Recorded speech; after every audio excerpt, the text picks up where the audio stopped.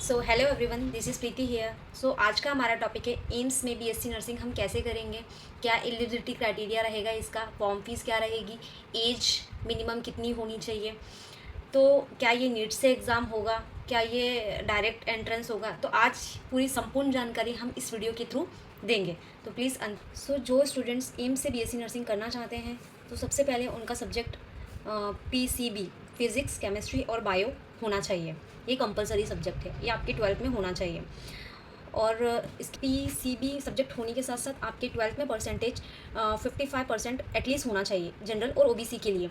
और अगर आप एसटी और एससी से बिलोंग करते हैं तो आपके 50% एटलीस्ट होना चाहिए। अगर आप अभी एम्स का एग्ज़ाम देना चाहते हैं तो उसकी लास्ट डेट है 7 मई 2025। तो आप फॉर्म भर सकते हैं और फॉर्म अच्छी तरह से भरें, जल्दबाजी ना करें फॉर्म भरने में, क्योंकि अगर आपने जल्दबाजी करी या कुछ भी डिटेल्स गलत हुई तो फॉर्म रिजेक्ट भी हो सकता है। तो आप इस बात का ज़रूर ध्यान रखें और आपकी फ़ीस भी चली जाएगी। आपको अच्छे से भरना है। अगर आपको डिटेल वाला एम्स बीएससी नर्सिंग का फॉर्म कैसे फिल करें उसका डिटेल वाला वीडियो देखना है तो मैंने लिंक डिस्क्रिप्शन में डाल दिया है, आप वहाँ से जाके चेकआउट कर सकते हैं। मैंने ऑलरेडी वीडियो डाला हुआ है उसका। तो इसमें मिनिमम एज कितनी होनी चाहिए एम्स बीएससी नर्सिंग के लिए? 17 ईयर्स मिनिमम होना चाहिए। और जो एग्ज़ाम होगी 2025 की जो एग्ज़ाम होगी वो फर्स्ट वीक ऑफ जून, एक टेंटेटिव डेट डाली है, अभी कंफर्म नहीं है, but first week of June में होगी। तो आपके पास समय बहुत कम है, तैयारी अच्छे से करिए, 1 मंथ है। मैं आपको बताना चाहूँगी कि एग्ज़ाम फ़ीस कितनी होगी।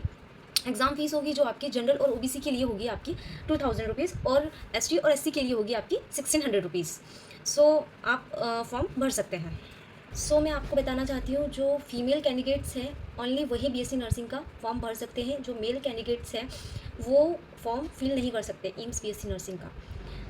और अगर आपको एम्स में जीएनएम, जैसे आपने मेल कैंडिडेट से अगर आप और जीएनएम आपने किया हुआ है, तो अगर आपने जीएनएम किया है तो आप पोस्ट बीएससी के लिए अप्लाई कर सकते हैं एम्स से, बट बीएससी नर्सिंग के लिए एलिजिबिलिटी नहीं है।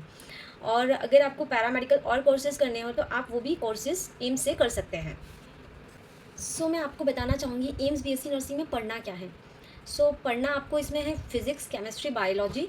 अगर आपने 11th-12th की एनसीईआरटी अच्छे से करी हुई है तो आपको उससे बेसिक्स क्लियर रखने हैं, तो आप एग्ज़ाम ईजी वे में दे सकते हैं। और अगर आपके बेसिक्स क्लियर नहीं है तो आपके लिए एग्ज़ाम टफ भी हो सकता है। तो सबसे अच्छा है कि आप 11th-12th की एनसीईआरटी अच्छे से, डायग्राम्स वगैरह सारी चीज़ें अच्छे से पढ़ लें, तो आपके लिए आसानी होगी एम्स का एग्ज़ाम देने में। और फिर मैं कुछ और चीज़ें बताना चाहूँगी, जैसे कि कुछ कॉलेजेस ऐसे भी हैं जो नीट के थ्रू एम्स में एडमिशन देते हैं। मैं आपको उन कॉलेजेस के नाम बताना चाहूँगी जो कॉलेजेस नीट के थ्रू एम्स में एडमिशन देते हैं आपको डायरेक्टली। जैसा कि आप इसमें देख सकते हैं कि 8 कॉलेजेस एम्स के ऐसे हैं जो डायरेक्ट नीट के थ्रू एडमिशन देते हैं। Ahilyabai, doctor Ram Manohar, Florence Nightingale, Bhopal memorial hospital और Banaras Hindu university, Rajkumari Amrit Kaur nursing college और फ्लोरेंस नाइटिंगेल, न्यू दिल्ली।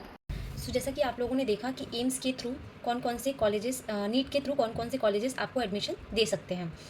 और फिर कुछ कॉलेजेस ऐसे भी हैं, कुछ एम्स ऐसे भी हैं जो खुद का एग्ज़ाम कंडक्ट करवाते हैं, जैसे केजीएमयू और सीएमसी वेलोर और आरयूएचएस।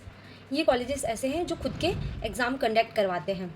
तो मैं आपको एक और चीज़ बताना चाहूँगी कि जैसे आप स्टेट्स, कौन कौन से स्टेट से बिलोंग करते हैं, जिस स्टेट से बिलोंग करते हैं वहाँ के नर्सिंग के एग्ज़ाम अलग कंडक्ट होते हैं, सिर्फ वो स्टेट वाइज रहते हैं। आप जिस भी स्टेट से बिलोंग करेंगे आपको वहाँ का फॉर्म भरना पड़ेगा। और एम्स ऐसा है जो सेंट्रल है, वो तो सभी लोग भर सकते हैं। जैसे कि मैं एमपी से बिलोंग करती हूँ तो हमारे यहाँ पीएनएसटी एग्ज़ाम होता है। पीएनएसटी बीएससी नर्सिंग के लिए होता है, ये एमपी के लिए है। तो प्री नर्सिंग सिलेक्शन टेस्ट, तो मैं यहाँ से फॉर्म भर सकती हूँ। तो आप भी अगर अपने स्टेट्स में ऐसे, मतलब आपके स्टेट्स में भी ऐसे फॉर्म भर जाते हैं फॉर्म, तो आप चेक कर लेना आपके स्टेट्स के।